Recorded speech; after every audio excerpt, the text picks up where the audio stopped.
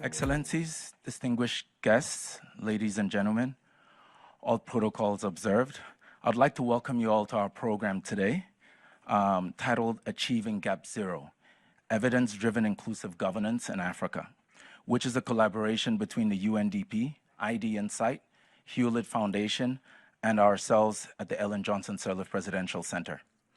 GapZero represents our joint aspirations and ambitions to achieve a fairer and better world where gender parity is a reality. Now, it gives me great pleasure to introduce Ms. Ahunna Eziakonwa, who will open up today's in a fireside chat with Madam Ellen Johnson Sirleaf. Ms. Eziakonwa is the UN Assistant Secretary General and Director of UNDP's Africa Bureau.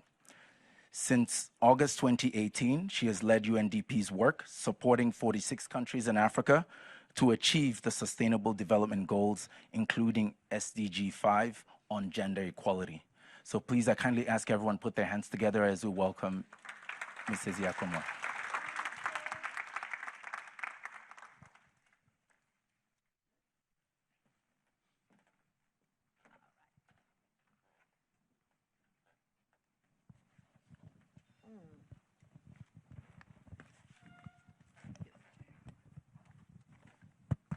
Thank you to the young man who calls me Auntie Ahunna.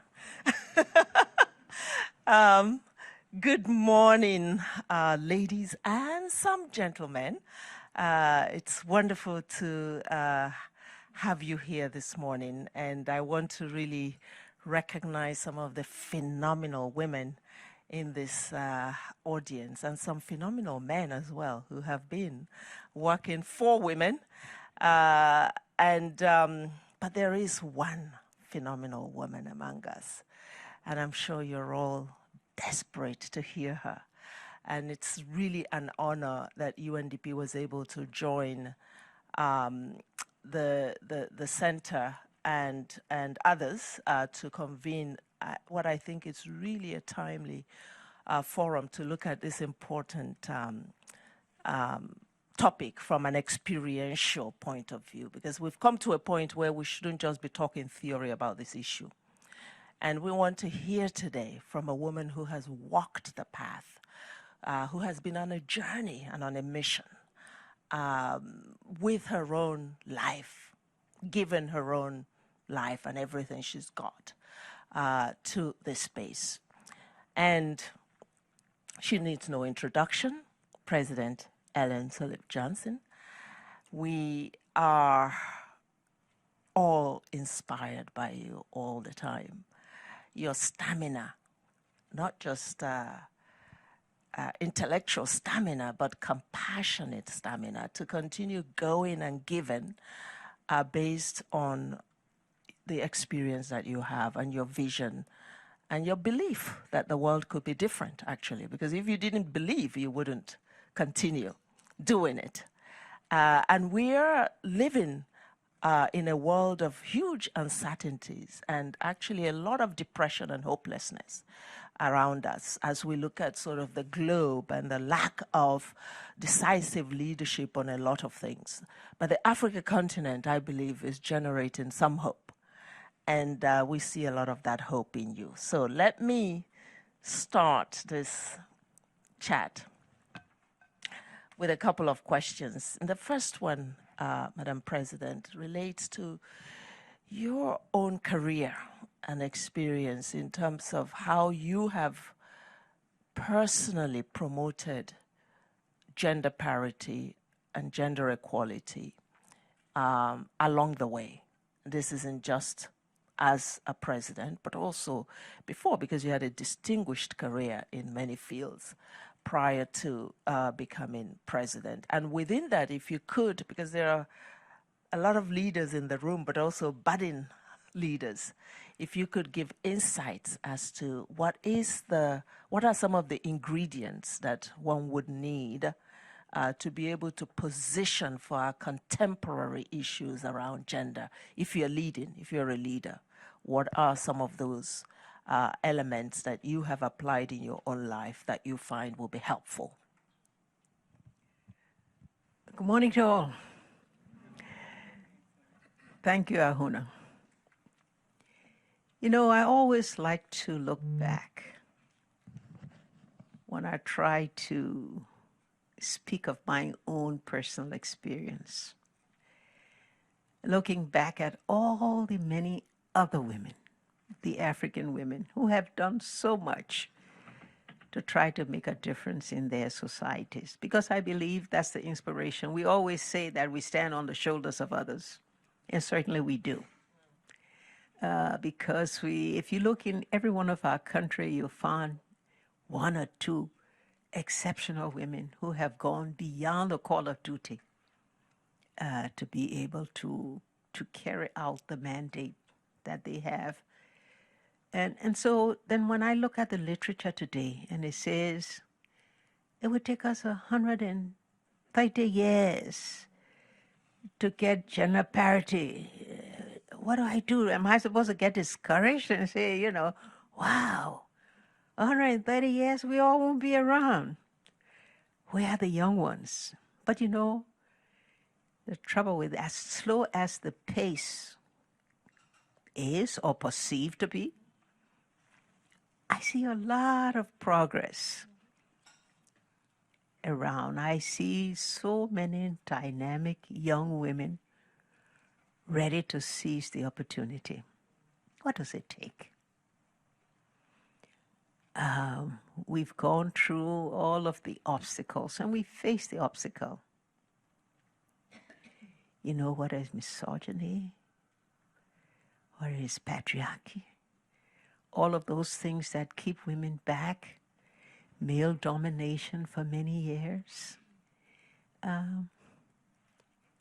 We continue to confront those, and that happens in all societies because that's the way the world has always been, that men have been dominating because women have played a role assigned to them, you may even say by God, because women take care of children, and we like to do that.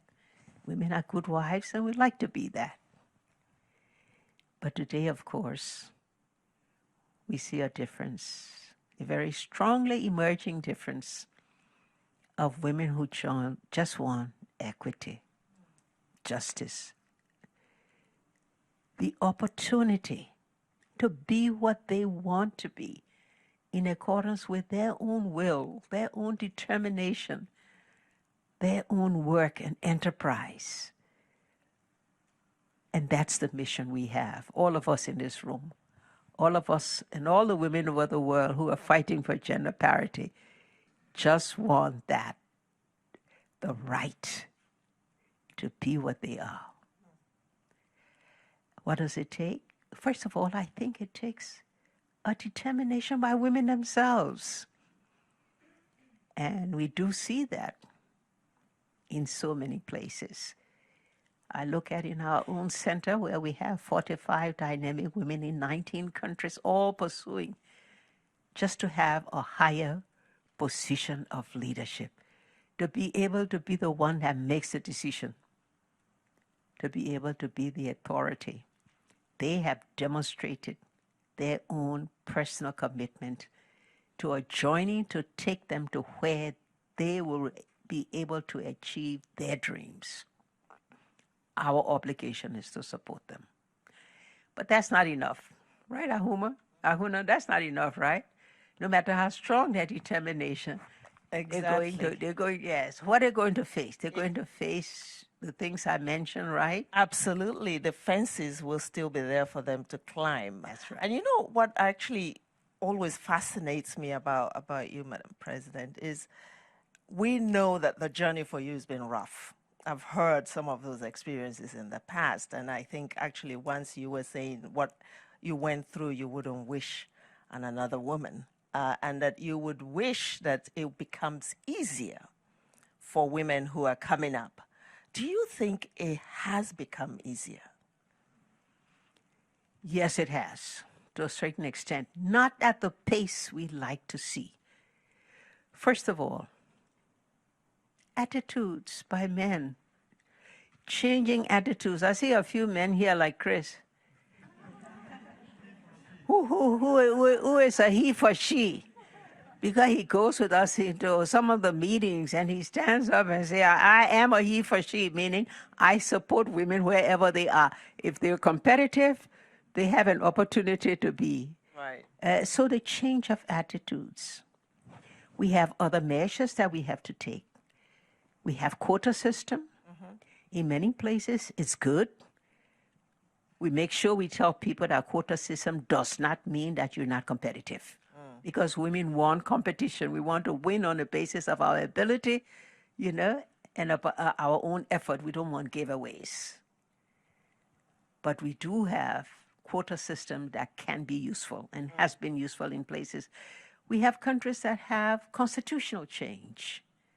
And we need to look at that and see how it applies. I mean, every country has to look at their own specificities and see how they can try to work toward change. And of course, general policy change, attitudes of men.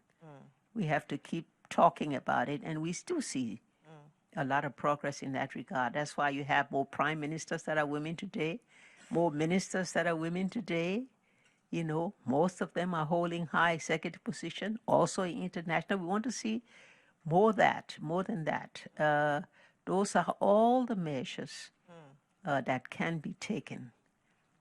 At the end of the day, every woman has to be prepared to be what she wants to be, to face the obstacles, to face it with the courage, the determination of what she wants, knowing that you will face obstacles. I faced it. Every woman who seeks higher position faces it. What is the weapon?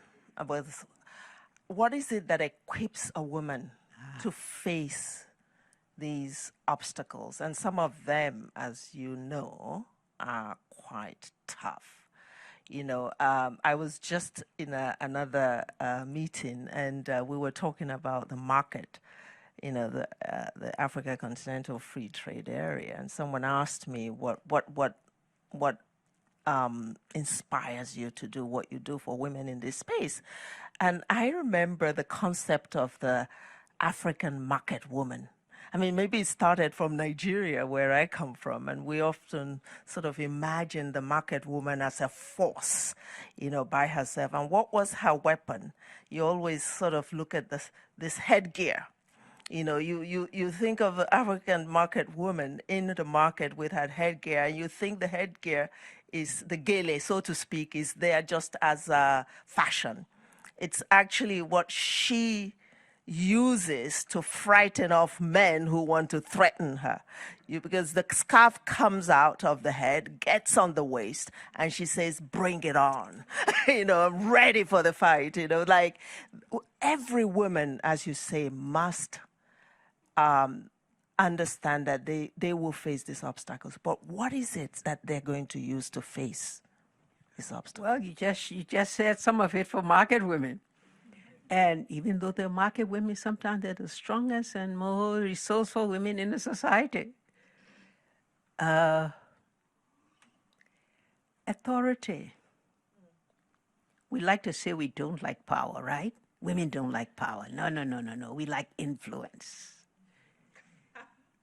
But at the end of the day, when they throw that headscarf off and look at you with some strong eyes, that's power. The exercise of power, right? And so that's part of what it takes, the ability. But women also are good at compromise. At the end of the day, if she can't get her goods across, and she looks and sees that the power is too great to use the headscarf, then you can always talk to them and say, well, I'm going across because I got to feed people. I got to take care of people. I take care of your mother, your children, and all of that. So they can use that power of persuasion also to be, that's what it takes about. That's the good thing about a woman, just how to balance the scale, to find a time for the exercise of power, but find a time for compromise and for negotiation. And that's why we have a peaceful world where we have women, right? Interesting. And I'm going to come to the audience in a second, but I wanted to ask you, you just said something I think quite powerful about exercising power, authority, and knowing when to actually have a balance between that and persuasion and compromise.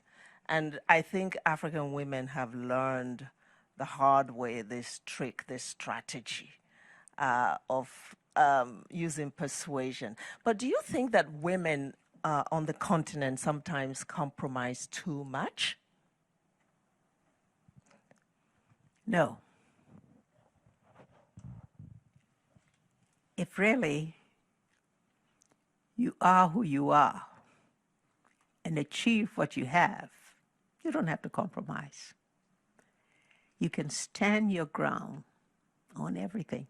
And that's the good part again, the ability to stand up for what you believe in. The ability to have that voice about exactly what you seek, what you aim for. And I think the women who succeed are those who are able to exercise the ability to stand out, to be different. And not sometimes, like I say, we like compromises and negotiations and all of that. But there are times when there's no compromise. There are times when a decision, no matter how hard it takes, no matter how unpopular it makes you, that a woman has to take that decision. And I think we see it in so many women leaders around the world. If you look at it, I don't want to call names, but each of you know so many of them that have faced those kinds of hard decisions and have been able to make it work and to make things move forward without compromising their own personal values, you know. I'm going to ask you a very tough question here on that. Can you remember a moment, a time, a year when you were faced with this kind of choice and what you had to do in that moment, and what gave you that courage to do whatever you did? Ahunna, you you're coming to talk, those stories that are not supposed to be told now. But go ahead, let's hear it. What is that decision? Yes. When was this, a year ago? What was that hard decision? To go or not to go? What was it? Right. Which one? I faced so many of those. Now, which one? Just give us one. Just give us one. It's all right. Your choice. Okay, you may say at the time, when was decision, I was coming to the end of my second term, right? It was a question of looking around and having faced some setbacks from Ebola. We felt that we lost 2 years, right? And we wanted to make up those 2 years. But 2 years would have meant you have to do a third term. That's the only way you could have recovered the loss from that. Well, my choice finally was, it's more important for Liberia to have a transformation for the first time in 84 years. So I had to rise above my own personal ambition and those of the opinion of my colleagues and my friends that say, let's just extend the second term for 2 more years so we can recover Ebola's downfall. No, Liberia needs this for the first time as an example. Can we clap for that, please? This is incredible, because I think what we just heard is something that, if it is not already in a book, needs to be in a book, because therein lies 1,000 lessons for leaders today, not just in Africa, but those who feel if only I could just stay another 3 years, another 2 years, and finish what I started. And it's not just political leaders who will find this elsewhere in leadership positions. And knowing what is important, what is more important. I'm sure there were all kinds of arguments at the time why it made sense, even for the sake of Liberians. You know, you already have the networks, you can have continuity, there is recovery coming, people make all kinds of justifications, and we have the extension of these kinds of rules that are not necessarily welcomed by the people, but they are kind of imposed for all kinds of reasons. And this is partly why today, Africa, we see a reversal of constitutional order, because people are starting not to believe in democracy, even though that remains the only option that we have today. I just wanted to ask you about that, actually. What's your... You know, Ahunna, democratic transformations have no guarantees.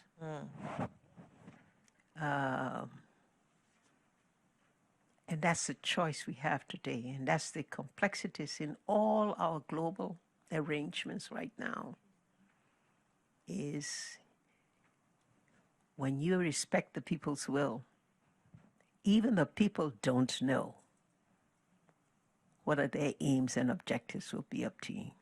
And we have so many failures where transitions and transformations have been taking place very successfully, but you don't get the results that people want. But I guess that's what democracy is all about. And so what's my opinion about that? There's a changing world order. There will be means to look at new mechanisms where people's will prevail. But at the same time, choices will be so managed in such a way that one can ensure that there's continuity in the achievement of national vision, national goals. But that's always a challenge for all of us. Indeed, indeed. So as we start to wrap up, Your Excellency, I wanted to ask you about the GapZero, which is, you know, part of the topic we're talking about today. And in UNDP, we actually consider this at the heart of accelerating development, how this sort of accompanies the development trajectory of the continent. Why do you think is a priority? What this achieving GapZero? A lot of people are talking about net zero and all kinds of zeros, which are also vital for sustainability. Why is GapZero especially important for this landscape of development? I think one reason is that economic development will increase, will improve from the contribution of women. Women today are educated. Women are pursuing goals that are equal to those of men. Women have demonstrated what they add to the gross national product of countries. And so we cannot deny that addition to the welfare of the nation. And besides, women focus on those things that really improve the livelihood of people. The education of girls, general education, health, better health in a society. Those are the focus of women when they make decisions and when they are in charge of policy formulation and action. And so to deny that is denying the welfare of the entire citizenry. you know, and what women brings to the development effort. And I think that's why today we're talking about ensuring that we reach this GapZero so that all nations can benefit not only from the 49%, but the 51% Exactly. that represent the women in the society. Very interesting perspective, what women bring to the development process. Often when we think of women, we think what you give them from development, right? And this is really turning the lens. It's not just about women passively receiving from development, it's recognizing that they actually represent the bigger half, the more significant I don't half. remember the numbers, but I think we're talking about so many trillions that I mentioned. Yes. In what, you know, what the economies of the world would receive from the participation of women. Actually, we in UNDP did a study a few years ago, I think it was in 2016, that showed that Africa was losing close to $100 billion a year as a result of gender inequality, as a result of not empowering the women to take particularly that space, to occupy that space of contributing their half to the economy. So it's an economic issue. I want to end with one question from the audience for Madam President. The first person to have their hand up get this opportunity.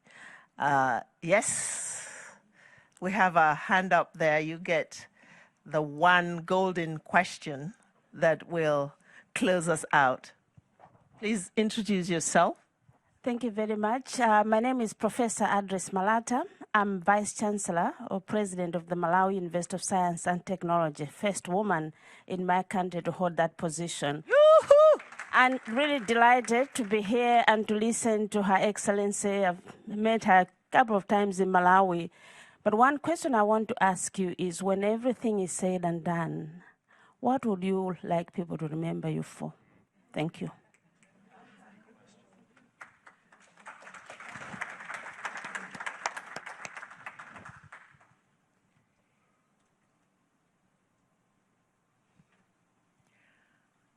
I think most of all, because my country suffered from 2 decades of civil war,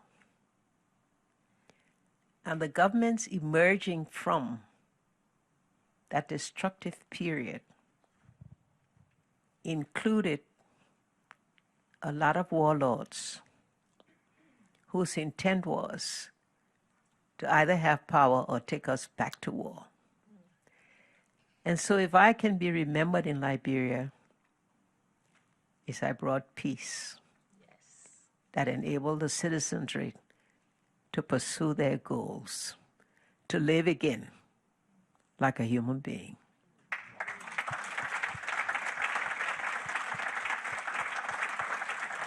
Can we rise, please, and recognize Madam President? There is no development without peace. And today we have hope in Liberia and many others because of her work in that country, but her continuing work in other countries that are facing strife. We see her in South Sudan, we see her in Sudan, we see her in Mozambique, in Gambia. Everywhere she is applying this experience to bring this, to be an instrument for peace. And we thank you. Thank you. Thank all of you.